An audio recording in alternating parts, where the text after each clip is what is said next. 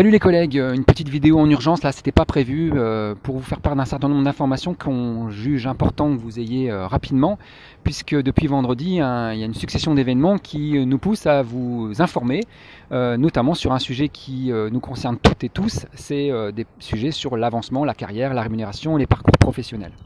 Nous découvrons vendredi matin à notre arrivée sur notre boîte mail un message de l'administration avec en pièce jointe un accord de méthode sur d'éventuels accords collectifs en vue des parcours professionnels et de la rémunération, donc en vue d'éventuelles concertations et négociations dernier trimestre 2021, donc c'est pas pour demain, sur ces sujets-là. Un accord de méthode, c'est juste un document sur lequel on se met d'accord sur la méthodologie de comment on va s'y prendre pour discuter et de quoi réellement on va discuter.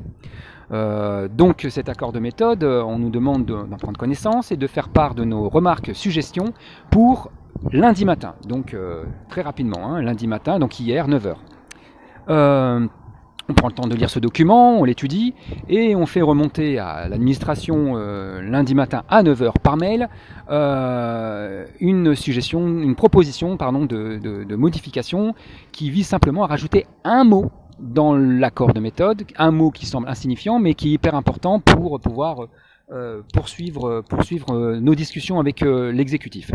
Nous sommes sans réponse de notre mail jusqu'à ce matin 9h, donc 24 heures après, où on nous répond par mail que c'est un refus, sans aucune explication, sans aucun motif, sans aucun argumentaire.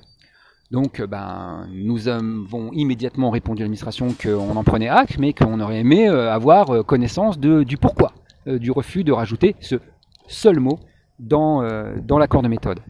Bien sûr, malheureusement, nous n'avons aucun retour de notre mail et nous avons simplement, une heure plus tard, un nouveau message de l'administration avec l'accord de méthode. À celui-là, ils ont rajouté l'accord sur le télétravail dont on vous parlait dans la vidéo il y a 15 jours. Ces deux accords-là, ils nous les envoient par mail et ils nous invitent à venir les signer cet après-midi, donc là en ce moment même, à la préfecture pour valider avec l'exécutif le contenu de ces deux accords. On apprend juste après que cet accord est signé en préfecture en présence de monsieur Le Cerf himself qui sera là pour sceller le contenu des accords avec les représentants du personnel qui auront décidé de faire le déplacement pour signer ça. De quoi ça parle? Qu'est-ce que ça nous évoque ça? Tout simplement que on est concrètement dans ce qu'on avait annoncé il y a 15 jours dans notre vidéo, c'est qu'on est en vrai dans un plan com de l'administration à quelques jours des élections départementales, puisque l'accord sur le télétravail n'est applicable qu'au 1er janvier 2022, donc dans plus de 6 mois.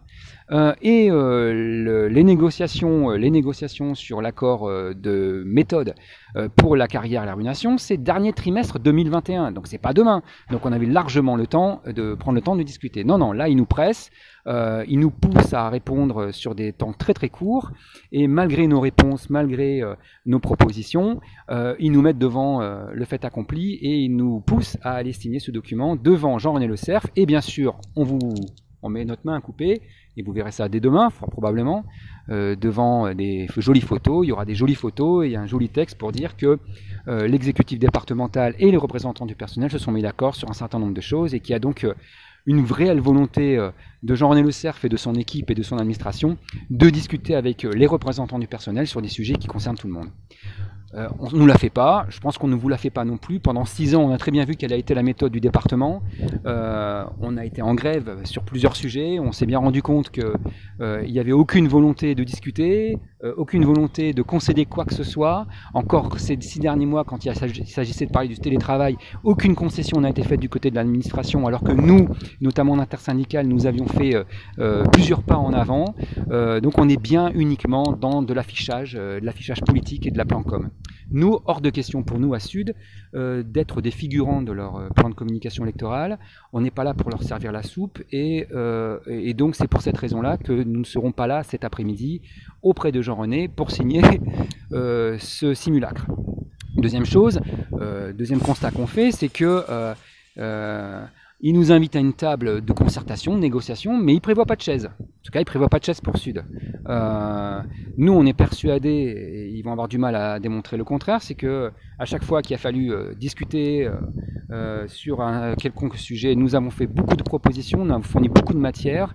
Systématiquement, rien n'a été pris en compte, et que donc il y a une volonté pour eux de ne plus être confrontés à notre volonté d'apporter du nouveau, des propositions concrètes pour telle ou telle chose, et notamment pour des sujets aussi importants qui concernent les agents.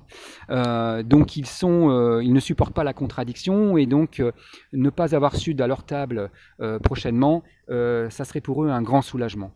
Pour autant, ils ne pourront pas faire totalement sans nous, puisqu'on reste dans le circuit. Ils vont devoir être obligés et contraints de revenir vers nous avec si tant est qu'il y ait réellement de négociations, mais avec le contenu de leurs accords, puisque nous sommes élus du personnel, organisation syndicale plus que représentative au département, et avant tout accord final, ils devront revenir vers nous pour recueillir notre avis. Donc, bien entendu, on vous tiendra informé du reste, des suites. Nous, on mise là aujourd'hui, on n'a plus que ça à faire sur les échéances électorales.